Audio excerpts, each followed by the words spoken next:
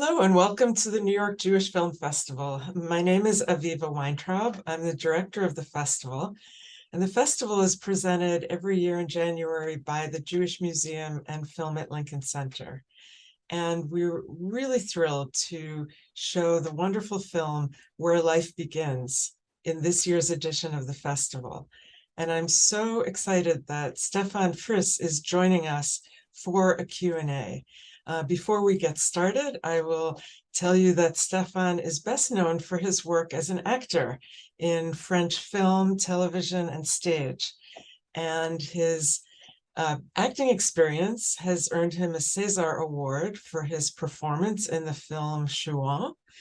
He has also appeared in Hereafter, Munich, and Call My Agent, among many other works. Thank you so much, Stéphane, for joining us for this Q&A. I'm very happy to be with you. Thank you, and thank you for your beautiful and interesting film. How would you describe the film in a few words? It's a film about freedom, about our capacity to get free of our heritage, which is very difficult. And both characters has the same challenge. One in the religious world, and the other one in the, as a farmer. But both of them try to get free of something too heavy for them. And this is more or less what the film says. And thanks to this very, I wouldn't say impossible, but very surprising meeting between each other, starts a love story, if I could say like that. But it's not exactly that. Yes, it's a love story, but so it starts like that. And where did the idea come from for the film? It comes, actually, it's a good question because as you said before, I'm an actor, and I always worked as an actor, and so I'm used to be on the other side of the camera. And but what I realized that when you are on the other side, even if you don't pay attention that much to what you have around you, it's in you. I mean, you understand the light, where is the position of the camera, your partners, the director. So it's something like it's the same world. So it was not that surprising to move from this side to the other one. Why?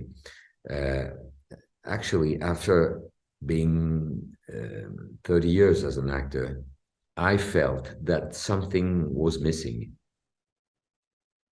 Something was missing, and not only as the future director that I was about to be, but as an actor too, and as a man too. And I couldn't explain exactly what was missing. So I had the opportunity to work with other writers as a script doctor on different films, because a friend of mine proposed me to read their film and just to give my impression on the film. And so it was working as a writer was not unknown to me, but it's something different to work for somebody or to work for your own on your own history. And I understood that I had to stop and open my computer and start writing. I really didn't know what was about to get out of this work. Maybe nothing. But what I realized, it was that if I was still in this uncomfortable situation, it was because my childhood was much more heavy than I thought.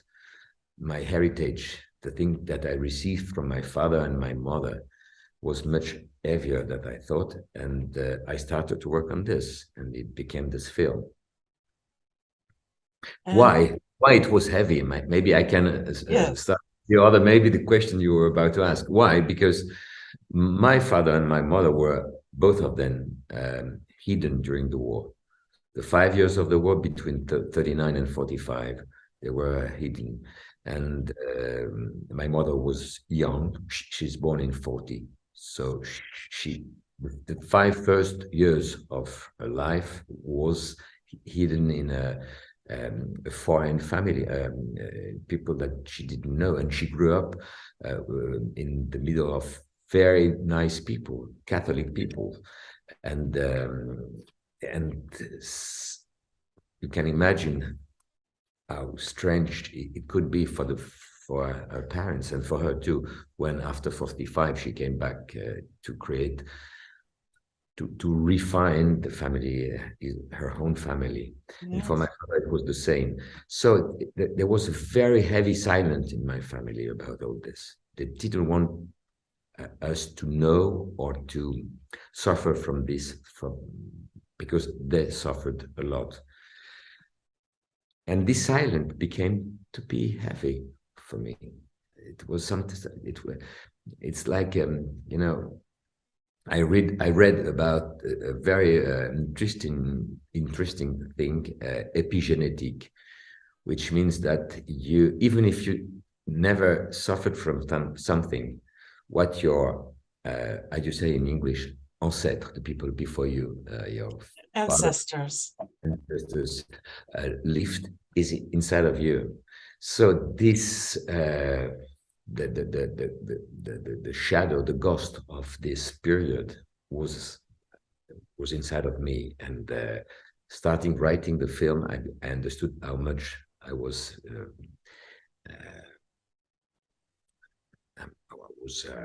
deeply touched by this, concerned by this.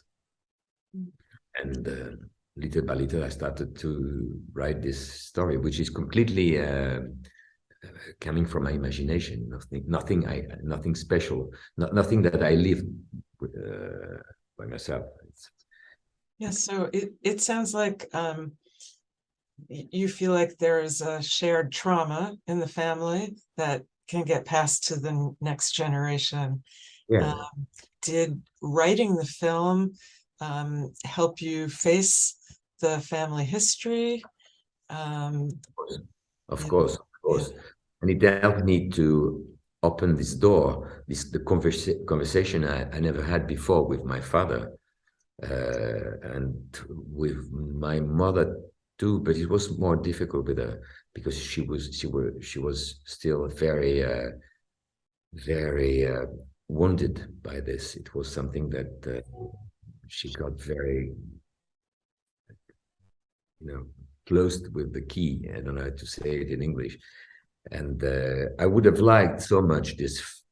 I was expecting this film to help us to start a new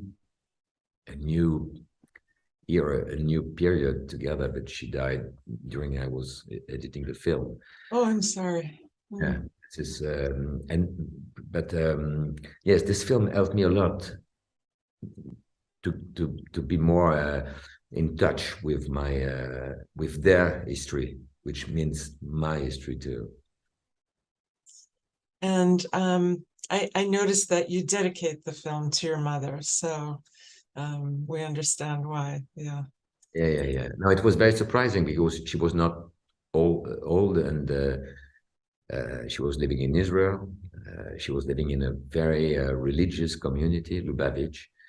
And because of the COVID and because of many different things, it was very difficult to get there in Israel, and because of the shooting of the film.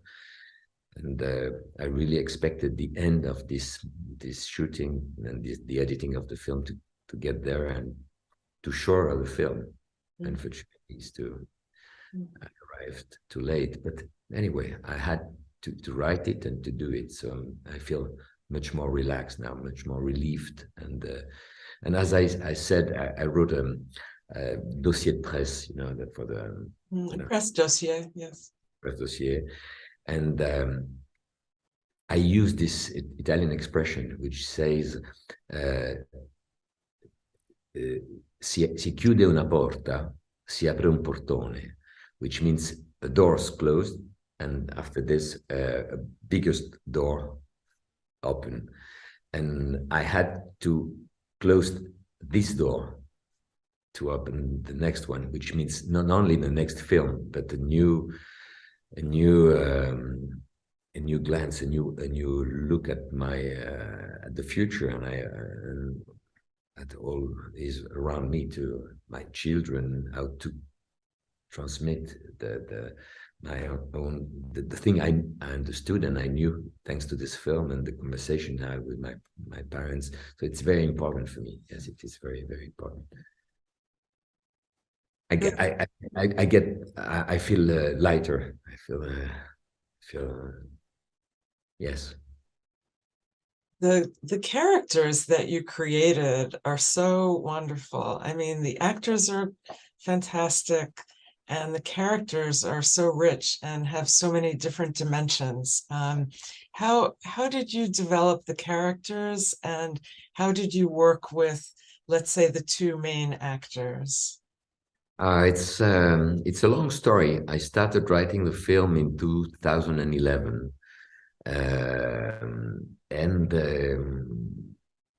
Yes, I didn't write every day, but it came little by little, because I understood, starting writing, that what I received from my mother, this Judaism, this way of practicing Judaism. She was a Lubavitch. She was a Chazar B'Tshuva, and she was living in Israel, and she was belonging to the Lubavitch community there. So it was very, very, how do you say, imposant, very powerful in our. It was taking a lot of space in our life, and I understood I needed all that time to meet other people. People who were living Judaism in another way.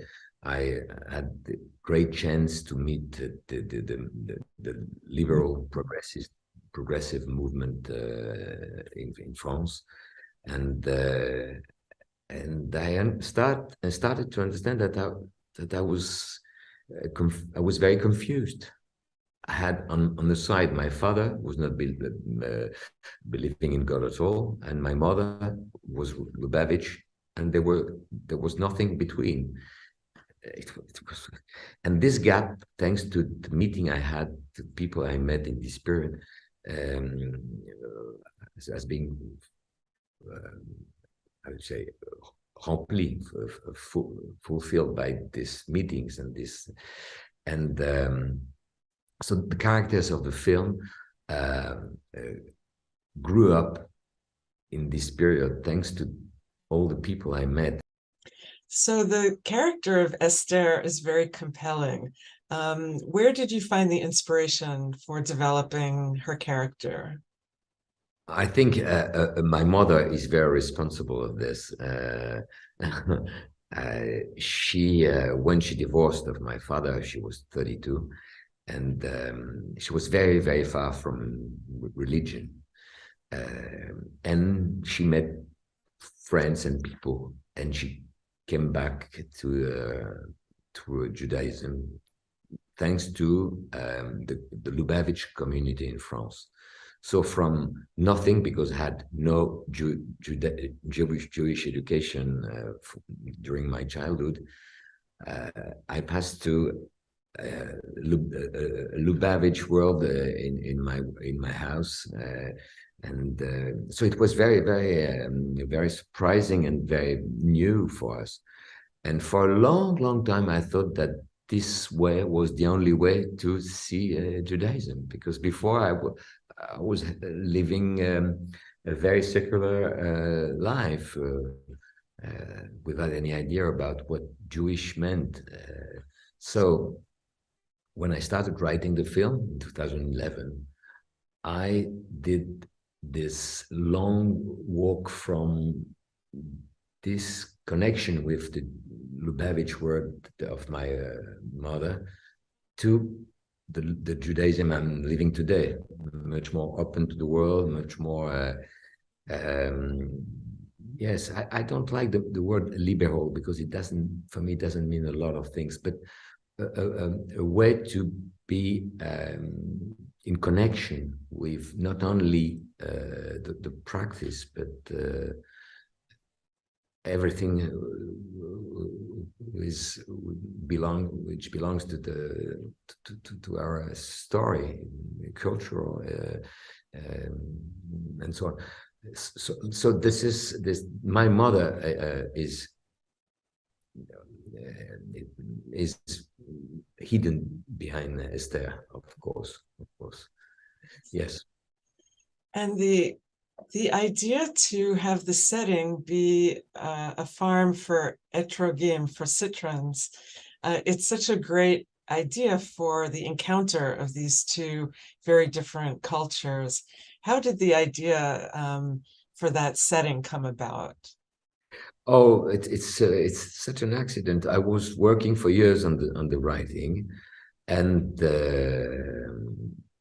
a day I put on my computer looking for an information about etrogim, and appears Lubavitch people in the middle of Calabrian fields watching citrons, and I thought, what are they doing there? And I read about this this thing that God asked Moses to send messengers in Calabria to bring back to Canaan the citrons, and I thought, this is huge, because I didn't want to make a Jewish film. I tried to be as universal as possible. That's why I have Esther on the side and Elio on the other one, just to say that we are all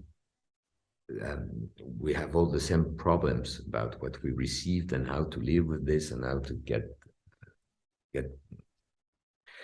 and it was evident after that, because Italy was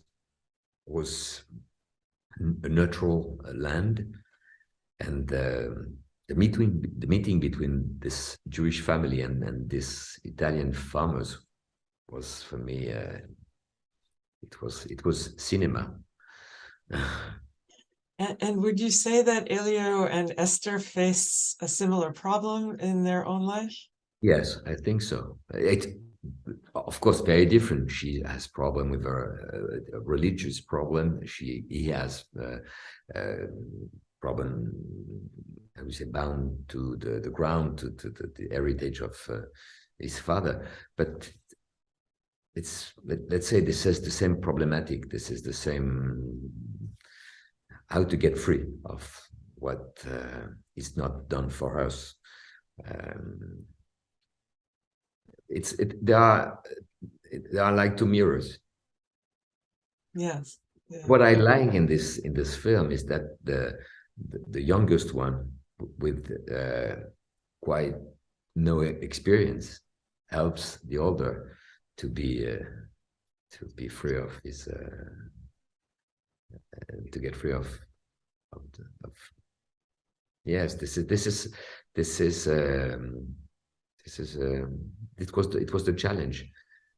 Yeah.